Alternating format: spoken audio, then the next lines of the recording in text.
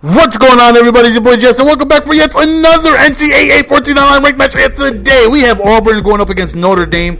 Really quickly, it's finally here. It's been one of the most requested things ever. T-Raw has finally did his first ever guide. His first ever. He has yet to do an offense or defensive guide ever. Last year, he's never done one. If you guys don't know T-Raw, then you guys are missing out on one of the best players on this world. He got his first ebook and is finally done. It's in the description, $11.99. Or if you're a platinum member for NextGen, MADDEN.com, it's, all the ebooks are free. And he wants to do a special thing for the first 5 people that buy it on Xbox. He's also giving you guys a free lab session. So $11.99, you get his guide. Also, you get to play a game with T-Raw. He's going to show you how they work, show you how to set them up, and you get to try it out against them and see how that goes. So check it out. Link is in the description for T-Raw's brand new ebook. Definitely off the hook. So getting into this game, you guys see the title, Game of the Year. I think this is the best game that I've played this year. Going up against Notre Dame, definitely one of the better teams in the game. Auburn has one thing. When I was looking through the depth charts, I'm like, what team should I play with today? I seen their running back, and I'm like, wow. Acceleration like 90, juke like 90, speed like 90. The dude is just a monster. Okay, let's go Auburn. Come on, EA, you have to reward the users. Please stop being a dirtbag and reward the users. Of course, he ends up scoring the very next play, he scores a touchdown. You drop a pick, you give up a touchdown. Seems to always happen. So we're down 7-0. And one thing I do want to mention is that when I picked this team, I picked the wrong play. Well, I wouldn't say wrong. I purposely picked the playbook, but as you guys know, T-Raw just dropped the new ebook, as I just mentioned, out of the 4-2-5. I've been running one blitz from takeaway, one blitz from buffalorob that I've been sprinkling in every now and then because, they show me. It's fun to blitz people now and then, I'm not going to lie. And I was like, let me go to multiple defenses. Maybe they have the 4-2-5, the 4-3, the quarters. They had none of that. They had nothing. Like, oh, my Lord, they have nothing to run. They have nothing. This defensive playbook is butts. I'm going to have trouble. 3rd and 18 right here. This is a huge conversion. If we could go ahead and get this, we step up in the pocket and we hit him with the super out route though. And one thing that you do need to realize is that Notre Dame has one of the best defensive lines I faced. He played a lot of fag D, a lot of coverage D, and still gets pressure due to them just not even block shedding, but power moving. Look at this all-out fag D on 3rd and 4th.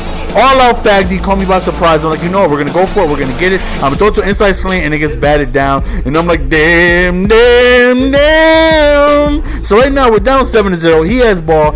My horrible defense is on the field, and it's not looking good, right? So 3rd and 14, this would be a huge stop if we could get it to not be able to allow him. 4th and 1. We sniffed out the run, so we sent the dual safety blitz, hoping that it worked, and it absolutely did. We are in great field position to go ahead and tie this game. So right now we're standing in the pocket. We go to an out route, and thankfully he ends up dropping an interception. Hey, tip for tat, high five. Right, I drop one, you should be able to drop one too. Right there, we go over the top, and thankfully they end up dropping. His defenders did not react to the ball. He definitely had people in position to either pick it off or at least swat it down, but he got no animation whatsoever. And I'm like, yes, thank you, Loda. So right now we got a tie ball game, and we're thankful for that non-reaction from his defensive players. I know he was upset after that. And you see, defensively, he's killing me with bench. He's coming out of snugs, bench, just outpost. And I'm having trouble stopping it. I really don't have great cornerbacks and all. I know what he's doing, bench outpost. I could manually cover one, but then he'll hit me on the other side. I was trying zones. I was trying man-to-man. I had a difficult time stopping this thing. And then, again, I don't have the defensive playbook that I'm accustomed to. Like, they have formations I just didn't like. They have, 4-4. They had 3-4. They had, nickel 3-3. No, not even. It was nickel 1-5-5 prowl. Dumb formations that I never like. I never use none of these. My defense is butt as it is, but you give me formations that are already ugly to me, then I have zero chance of stopping anybody.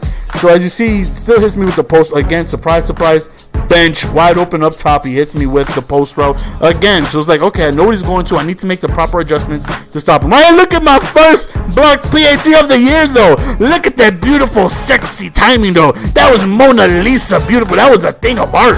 We just timed it perfectly, and hey, I'll take that for my first time ever. I haven't had one blocked against me yet, and I personally haven't seen one yet. I'm sure some of you guys have, but that's my first time actually seeing it, and hey, better me doing it than it being done against me, right?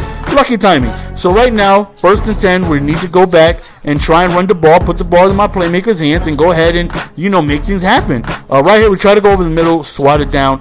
3rd and 11, we really need something to go our way, so we go to the out route. He's playing a ton of man-to-man. I know what beats man-to-man. You know, go to the out routes as I'm doing. As long as the timing is right, I should be okay. He does send Fagdy, and he does send dual safety blitzes, which I'm starting to pick up on. You know, right here, we're standing in the pocket. We really need to be able to take this lead. I get sacked. Again, just coverage sacks. They come in so quick. Right there was a nice little A-gap he sent right there. 3rd and 22. We try to go to a super out route. We don't get anything. 4th and 22. Of course, we decide to go for it because we got balls of steel in. We're idiotic, and he swats it down. Getting ball at midfield with 11 seconds left, and I'm like, damn, if I give up a field goal here, I'm going to feel stupid. As you see, I took away the post on the left side, kind of confused him a little bit. Only give him 4 seconds left after that no yardage completion right there. And then we go into halftime down 13-7, and I do receive the ball, so that right there is definitely a plus. I do make a mistake on this drive, though. As you guys know, I know he's playing man-to-man. I'm trying to hit him with out routes to be able to exploit those man-to-man coverages. And I did a smart route for only like 4 yards, and I paid the price for it. You're going to see coming up in a second. We hit a drag route right here. It's 2nd and 5. I do like a 5-yard out route. Apparently, that's not enough time for them to really shake the coverage, and I get picked off. Dumb play by me. Right there, I switch over to cornerback, try and intercept it, but the guy's behind the wide receiver, and I don't get anything. Right there, I had somebody in position to get a sack, but he ran backwards after the running back. It's like, come on, you ran past the running back already, and then you turn around and go back after the running back? Come on, son. Right here, crucial 3rd and goal. Let's see if we go ahead and stop him. And we stop him on the 1-yard line. Of course, he's going to go for it. And he sends a speed option. I have options on aggressive, so they could go after the quarterback at all times. Didn't make a move. Next play, same thing. He went for 2, speed option again. This time, he went for the quarterback, but he's able to pitch it off and score. And I'm like, I'm about to get blown out. This is not a good game whatsoever. I'm down 14 points. 3rd quarter is already halfway gone. It's just not looking good for me. I can't stop this kid to save my life, even though I know what he's doing.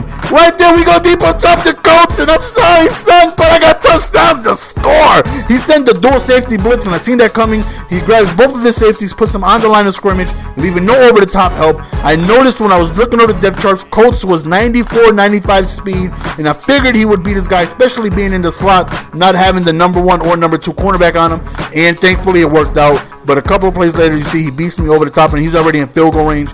Now I'm upset with myself. I'm like, you know what? I don't mind that people score on me, but I want to feel like they earned it. You know, I don't want them to get one huge play and they're already in scoring range. You know what I mean? That is very frustrating. As you see, he converts for another 3rd down. We ran commit, get him to a 2nd and 14 right there. You see 4th quarter is approaching. Standing in the pocket. He had somebody open. Thankfully, our lineman decides to knock that down. 40 seconds left. He's in the pocket. He's looking and he finds somebody, but we swat that down. 4th and 14, and this right here was perfect. You know, we held him to a field goal. It sucks that we gave up 3 points, but nonetheless, it wasn't a touchdown. So if we score, it's the 3-point game. So if we hold them to back-to-back field goals, we have a chance to take the lead with back-to-back scores. So that field goal could be huge because we stopped them from scoring a touchdown. Right here, back to the post and out routes because he's only calling man-to-man, not calling any zones really. We step up in the pocket, Mark Sanchez right into our man's butt, we fall down. 2nd and 15, a coverage sack. 4th quarter's here. We're down 10 with the 3rd and 20. What do we do against this fag B? We hit another super out route for a 1st down, and we're like, yes, please, let's go ahead and continue to move this ball. Right there, we hit him with a quick slant up top, and he could go all the way, except he gets stopped at about the 2-yard line. We run the ball, and we end up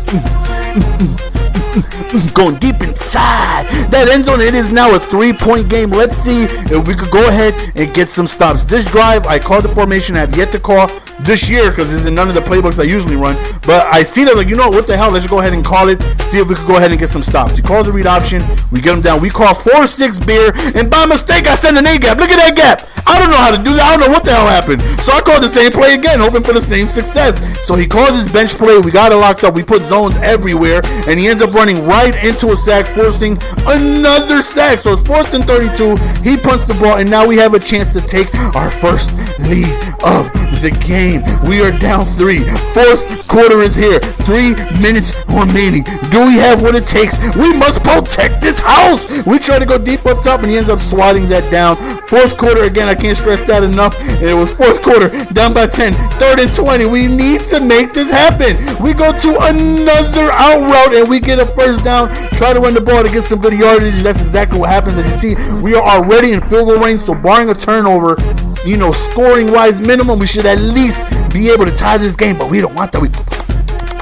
We could taste the end zone, and right here I'm trying to kill some clock. If I do score, giving them little time to be able to retaliate. We run off and we slide down. Don't want any mistakes. 2nd and 3 right here. We decide to go ahead and try run the ball out of goal line, and we get stopped for a couple of yards lost. 3rd and 5. He sends the extra multiple Fagdy. That 0-0-11 defense, and we score over the top. We hit a drag route, and again we get another time where he has defenders staring right at the football, but they make no reaction. I'm like, yes, Lord, you have answered 2 of my questions this game. One of them is, please let me take the lead, and the other one is, please send that sweet Kim K my way. Listen, Kim Kardashian, if you listen, I would drink your bathwater, baby girl. You need to come over here, girl. I said, come here, girl. You belong here with GS. Anyways, back to this gameplay though.